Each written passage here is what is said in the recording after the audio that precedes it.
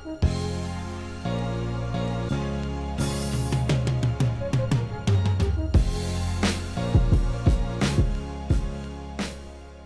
guys, Michael from Copper vs Glass, and today we're going to be looking at how to use your DualShock 4 controller from your PlayStation 4 as a Bluetooth controller for your Android device, and also look at how you can use the remote play feature from the PS4 on a device that doesn't have to be branded by Sony. So, let's take a look. Okay guys, so things that you're going to need to do this is a DualShock 4 controller, and as you can see here I've got an awesome red and black combo, and you're going to need an Android device, and for that I'm going to be using my OnePlus 2. So what you need to do is put the controller into pairing mode by holding the PlayStation and the share button down for a couple of seconds, and then what you're going to get is a white strobing light on the light bar on the bottom of the controller, as you can see just there. Now the actual controller itself is in pairing mode and it's discoverable by a device, for instance my OnePlus 2. So what you then need to do is go into the settings on your Android device, go into the Bluetooth settings and turn on Bluetooth, and then the controller should pop up straight away just as a wireless controller. All you then need to do is click on the wireless controller, and then you're pretty much set and ready to go, and then the bar on the back of the controller will then be a solid bar instead of flashing, and that's how you know that everything's connected and as it should be. Now you can also move some of the controller buttons around, and it will do certain things on your Android device, as you can see here from going up and down in the menus, but it's quite limited as what you can do on the home screen. It's more for actually in-game or using the remote play feature, which we're going to be looking at now. Now a lot of games are supported with Bluetooth controllers on Android, which is a really easy way to play games. Something like Asphalt 8, as you can see here, is really enjoyable with a controller.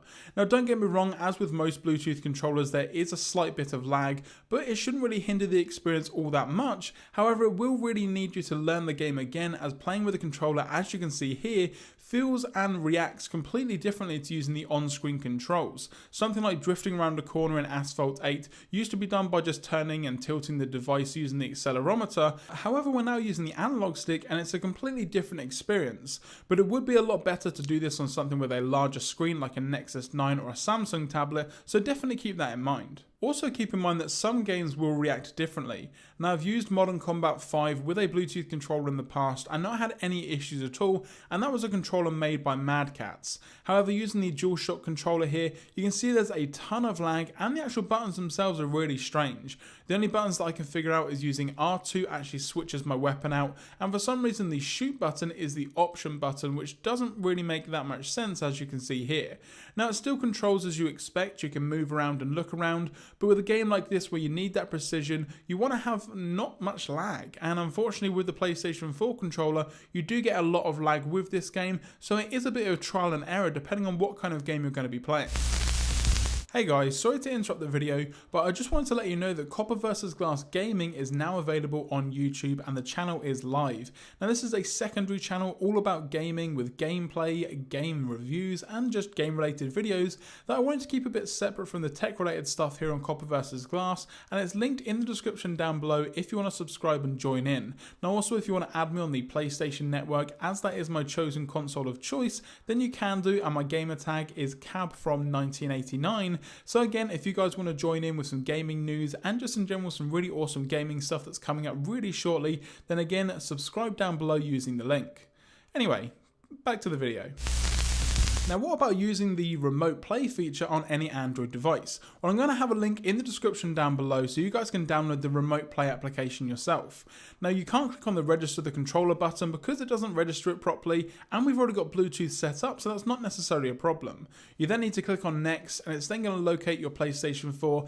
If it doesn't, you need to go into the settings and the remote play features on the PlayStation 4 itself and just enter a code that pops up on screen. As you can see then, you've got a fully fledged PlayStation 4 on your Android device. Now as you can see here, it looks a lot like those emulators that you can download to play Game Boy games and things like that, but this is a complete PlayStation 4 in the palm of your hands. Now you will need to be on the same Wi-Fi network as the PlayStation 4 itself, so you can't necessarily use this out and about. However, that may come later in the future, but just to have accessibility to your PlayStation 4 in terms of movies and things like that when you're not actually in the lounge, for instance, is a really awesome experience, and it runs quite well. Now at the start of the video I was playing a bit of Drive Club, which is a perfect game for this sort of setup as it doesn't really require too many inputs, too many controls and things, and you don't really need to worry about lag all that much because you can kind of get over that and just kind of steer around it. Now with something like Fallout 4, as you can see here, something like lag definitely plays a problem. As you can see, moving the controller, it moves a split second after.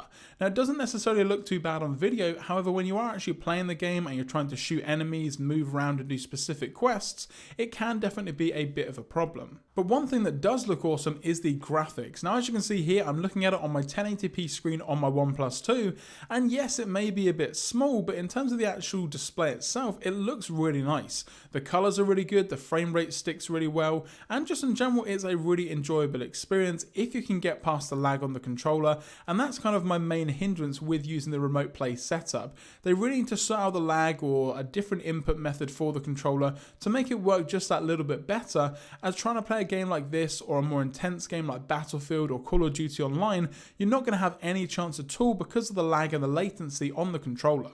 And before you say it's the Wi-Fi causing the lag, it's definitely not, because as you can see here, if I use the on-screen controls, moving around, pressing buttons and shooting works extremely well and there's not any lag whatsoever. So it's definitely the Bluetooth in the controller that's not up to par, which is definitely a shame, but if you want to play with on-screen controls and you want to put yourself through that, then you can do. If you're used to playing games on a mobile device, then using the on-screen controls won't necessarily be that big a problem, however you will have to adapt to certain things. And that is pretty much going to do it, guys. Now the remote play feature from the PlayStation 4 to an Android device is quite good. However, the controller latency definitely hinders the experience quite a lot in my opinion, and it's not the best experience. And for me, I'm only a couple of feet away from my TV, so I'm going to be playing it on there. Now if you want to use this as a Bluetooth controller for your Android device for Android specific games from the Play Store, then that's definitely a viable option, as it doesn't really have that much lag, it works with a lot of games, and if you tinker around with the actual controls themselves, you're going to have a pretty good gaming experience. Now I would recommend getting a slightly bigger device than a mobile phone, but if you've got a phone around and you've got your DualShock 4 controller, then it's a great way to use your PlayStation in a different room without really having to worry about it. Now the remote play feature is also available on PC and it will be coming very soon to Mac, so there will be an updated video coming out shortly once that is available, probably within the next couple of months is what the rumors are saying in terms of when PlayStation are going to make that available. So that'll be a really awesome experience to be able to play it on my laptop when I'm in bed or in the office, for instance, and just in general have a PlayStation experience somewhere else. Now if you guys enjoyed this video, be sure to leave a comment down below. And if you guys have got any questions about the remote play features on the PlayStation 4, then again put them in the comments section or on Twitter at CopperVS.Glass. For more great content, don't forget to subscribe. I'm Michael from CopperVS.Glass. Thanks very much for watching, and I will catch you guys in the next video.